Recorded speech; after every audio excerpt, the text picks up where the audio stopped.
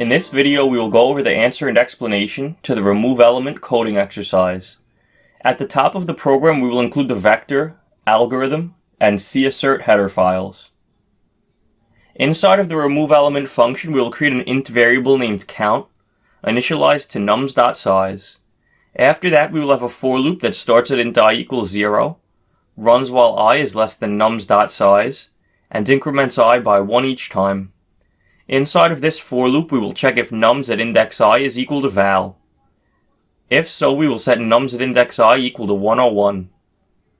Next, we will sort the vector in place, which we can do calling the sort function, and passing in nums.begin as the first argument, and nums.end as the second argument. After that, we will have a for loop that starts at int I equals 0, runs while I is less than nums.size, and increments I by 1 each time. Inside of this for loop, we will check if nums at index I is equal to 101. If so, we will decrement count. At the bottom of the function, outside of the for loop, we will return count.